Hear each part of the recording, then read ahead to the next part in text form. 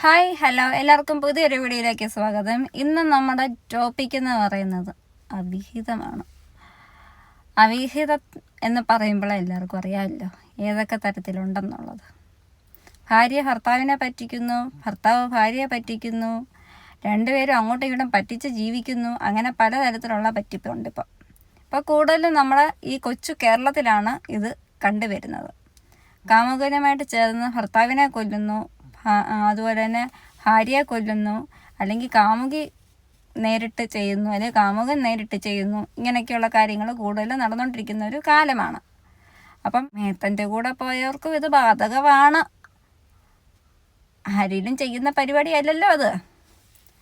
അപ്പോൾ ഞാനിവിടെ ഇപ്പം ഇന്ന് വെക്കുന്ന ഒരു സ്ത്രീയുടെ ഒരു വീഡിയോ ഉണ്ട്. അതിനകത്ത് ആ പെണ്ണിനെ ക്വസ്റ്റ്യൻ ചെയ്യുന്നു. ആദ്യം ഞാൻ കണ്ടപ്പോൾ ഫസ്റ്റ് വിചാരിച്ചത് ഇത് ആ പെണ്ണിൻ്റെ ഹസ്ബൻഡ് ആയിരിക്കും എന്നാണ് ഞാൻ വിചാരിച്ചത്. പക്ഷെ പിന്നെ അങ്ങോട്ട് പോകുമ്പോഴാണ് മനസ്സിലായത് അതിൻ്റെ ഹസ്ബൻഡ് അല്ല എന്നുള്ളത്. ശരിക്കും പറഞ്ഞ് എന്താ പറയണ്ടേ, ഭർത്താവ് അവിഹിതം തന്നെയാണ്. അവിഹിതത്തിൽ നിന്ന് തന്നെ വീട്ടിൽ നിന്ന് അടിച്ചിറക്കി വിട്ടതാണ്. അപ്പോൾ കല്യാണം കഴിക്കാത്ത വേറൊരാൾ ആയിട്ട് സെറ്റപ്പൊക്കെ ആയി പുള്ളിക്കാരി അങ്ങനെ പോയി. പിന്നീട് ആ വ്യക്തി മൂലം വേറൊരാളെ പരിചയപ്പെട്ടു. ആ വ്യക്തിയുമായിട്ട് പിന്നെ അടുത്ത വ്യക്തിയെ കയറി പിടിച്ചു. അങ്ങോട്ട് ചാടുന്നു, ഇങ്ങോട്ട് ചാടുന്നു, അതിൻ്റെ പിന്നെ അടുത്ത കൊമ്പയിലോട്ട് ചാടുന്നു. എന്താ പറയുക, ഈ അക്കരപ്പച്ച എന്നൊക്കെ പറയത്തില്ലേ എന്ന് പറഞ്ഞു. പിന്നെ അങ്ങോട്ടും ഇങ്ങോട്ടും ചാടി പോവുക അങ്ങ്. ഇങ്ങനെയുള്ളവന്മാരെയൊക്കെ ശരിക്കും പറഞ്ഞാൽ വീട്ടിൽ കയറ്റാനേ പാടില്ല. പക്ഷെ ചില അവന്മാരുണ്ട്, വീട്ടുകാരെ വകവെക്കാതെ ഈ പ്രേമിച്ച് കല്യാണം കഴിക്കുകയും ചെയ്തു. പക്ഷെ നാണക്കേട് കാരണം ഈ പെണ്ണിങ്ങനെ പോയല്ലോ. ലവ് മാരേജ് ആയിട്ട് പോലും മേത്തന്മാരുടെ കൂടെ പോകുന്ന ചില ലെവളന്മാരുണ്ട്. അങ്ങനെ പോയി കഴിയുമ്പോൾ അത് നാണക്കേടാണ്. നാണക്കേടെന്ന് വെച്ചാൽ ശരിക്കും നാണക്കേട് തന്നെ. അത് ചെയ്യാൻ പാടില്ലാത്തൊരു കാര്യമാണ്. പരസ്പരം സ്നേഹിച്ച് കല്യാണം കഴിച്ചവർ, മെയിനായിട്ട് സ്നേഹിച്ച് കല്യാണം കഴിച്ചോ ഒരിക്കലും അങ്ങോട്ടും ഇങ്ങോട്ടും ചതിക്കാൻ പാടില്ല. പക്ഷേ ഇവിടെ അവൾ അവനെ തയ്ച്ചു. അപ്പോൾ പിന്നെ നാണക്കേട് കാരണം പോയി വിളിച്ചുകൊണ്ട് വന്ന് വീട്ടിൽ ഉണ്ട്. അങ്ങനെ പറ്റത്തുള്ളല്ലോ. ഇനിയിപ്പോൾ അഡ്ജസ്റ്റ് ചെയ്ത് പോവുക. അതിനപ്പുറത്തേക്കൊന്നും പറ്റത്തില്ല. ഇതിൽ കൂടെ നാണക്കേട് വേറെ എന്താ ഉള്ളത്? അപ്പോൾ അത് സഹിച്ച് ജീവിക്കുക, അതേ എനിക്ക് പറയാൻ പറ്റത്തുള്ളൂ. സഹതാപം അതേ ഉള്ളൂ. അതുപോലെ തന്നെ പ്രേമിച്ച് കല്യാണം കഴിച്ചു, ഇച്ചിരി കഴിഞ്ഞിട്ട് പിന്നെ അവൻ വേറൊരു കൊമ്പിലോട്ട് ചാടുന്നു. അത് കഴിഞ്ഞിട്ട് കുറച്ച് കഴിഞ്ഞിട്ട് ഇവള് പോയി പിടിച്ചോണ്ട് വരുന്നു. പിന്നെ മക്കളായി കഴിഞ്ഞാൽ പിന്നെ പൊതുവെ എല്ലാവർക്കും ഉള്ളൊരു ഇതുണ്ട്, പിള്ളേരായില്ലേ അഡ്ജസ്റ്റ് ചെയ്ത് എങ്ങനെയും അങ്ങ് പോകും. അങ്ങനെ കടിച്ചു തൂങ്ങി കിടക്കേണ്ട കാര്യമില്ല. പരസ്പര വിശ്വാസം ഉണ്ടെങ്കിൽ ഒരുത്തനും അങ്ങോട്ടും ഇങ്ങോട്ടും തേക്കുകയും ചെയ്യത്തില്ല. എന്താ പറയുക, ഭാര്യയും ഭർത്താവുമായിട്ടിരിക്കുന്ന സമയത്ത് തന്നെ ചതിക്കുകയും ചെയ്തില്ല. അത് റിയൽ ലവ് ആണെങ്കിൽ.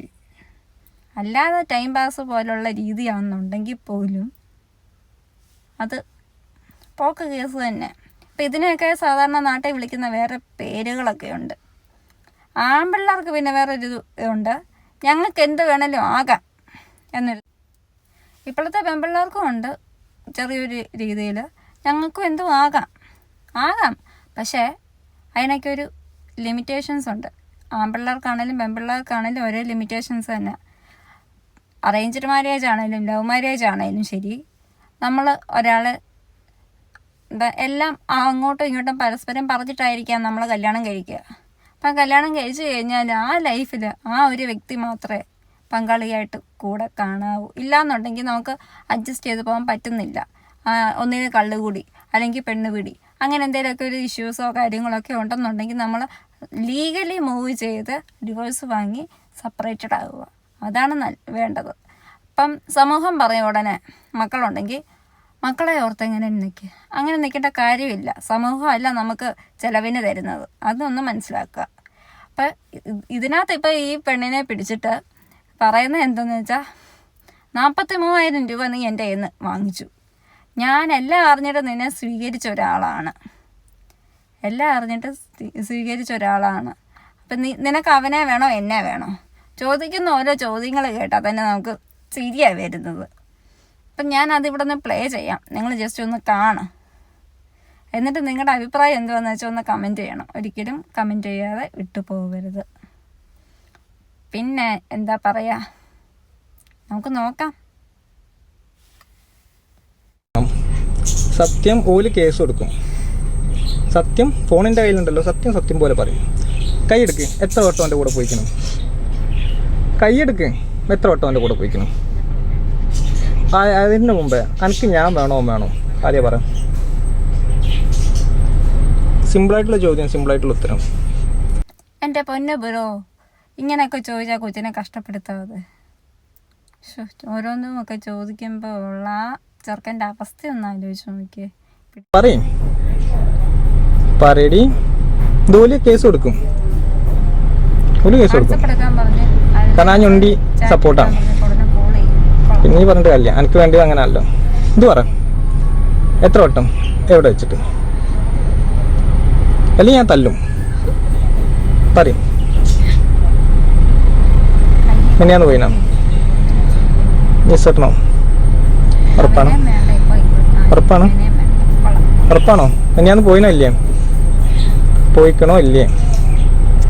പറയേ, മിന്നാന്ന് പോയിക്കണോ ഇല്ലേ? പോയി. എവിടെ വെച്ചിട്ട്? തൃശ്ശൂർ. ഏതിലോടിച്ചു? അവൻ കൊണ്ടുപോയതാണ് എന്നെ.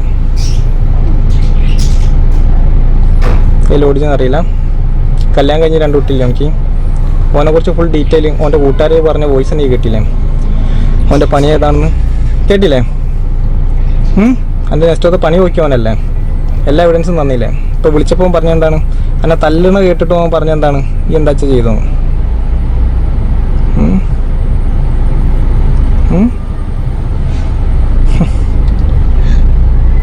ഇനിയിപ്പോൾ ഞാൻ എന്താ ചെയ്യേണ്ടി? എൻ്റെ 43,000 റുപ്യ 2 കൊല്ലത്തോളം ആവാനായില്ല അല്ലേ? നമ്മൾ ഈ 2 കൊല്ലം എന്നെ കൂടെ ഒന്ന് ചതിച്ചു. കാല് പിടിച്ച് ഞാൻ പറഞ്ഞതാണ് എന്നോട്, എനിക്ക് ഓനെ വേണോ ഈ പൊയ്ക്കാം. എന്നിട്ടും എൻ്റെ കൂട്ടുകാരനിക്ക് വിളിച്ചെങ്ങാണ്ട് എനിക്കൊരു ഗിഫ്റ്റ് കൊടുക്കണം, വാങ്ങിച്ചു കൊടുക്കണം. ഓൻ്റെ കൂടെ മെഞ്ഞാന്ന് പോയി കിടന്നിട്ടും. അപ്പോൾ ഇന്ന് നമ്മൾ 2 വീഡിയോസ് ചെയ്തു. ഒന്ന് നമ്മൾ ജസ്റ്റ് ആറന്മുള വരെ പോയി. എഞ്ചിനീയറിംഗ് കോളേജിൻ്റെ അവിടെ മുട്ടോളം വെള്ളമുണ്ട്, നമുക്ക് അങ്ങോട്ട് പോകാൻ പറ്റത്തില്ല. അത് കണ്ടതാണ്, ഫുള്ള് കണ്ട് നികത്തിയിട്ടാണ്. അവിടെയാണ് ആറന്മുളയിലെ എയർപോർട്ടിൻ്റെ സെക്ഷനും കിടക്കുന്നത്. അപ്പോൾ അവിടെ ഉള്ളവർ പറയുന്നത് എന്താണെന്ന് വെച്ചാൽ, ഈ ആറ്റിലെ മണൽ വാരലിൽ കുറച്ചൊന്ന് ഒരു ഇതാക്കി കൊടുത്തു കഴിഞ്ഞാൽ അതിൽ ഇച്ചിരി ഒരു ആശ്വാസം കിട്ടുമെന്നാണ് പറയുന്നത്. അപ്പം വെള്ളം അതിനകത്ത് നിറയാനുള്ള ഒരു സാഹചര്യം കിട്ടും. ഇതുപോലെ ഒരു മഴ പെയ്യുമ്പോഴത്തേക്കും വെള്ളം കയറി പൊങ്ങത്തുമില്ല. അങ്ങനെ ഒരു ഇതാണ് പറയുന്നത്. രണ്ടാമത്തെ നമ്മുടെ വീഡിയോ എന്ന് പറയുന്നത് അവിഹിതം, ഈ വീഡിയോ ആണ്.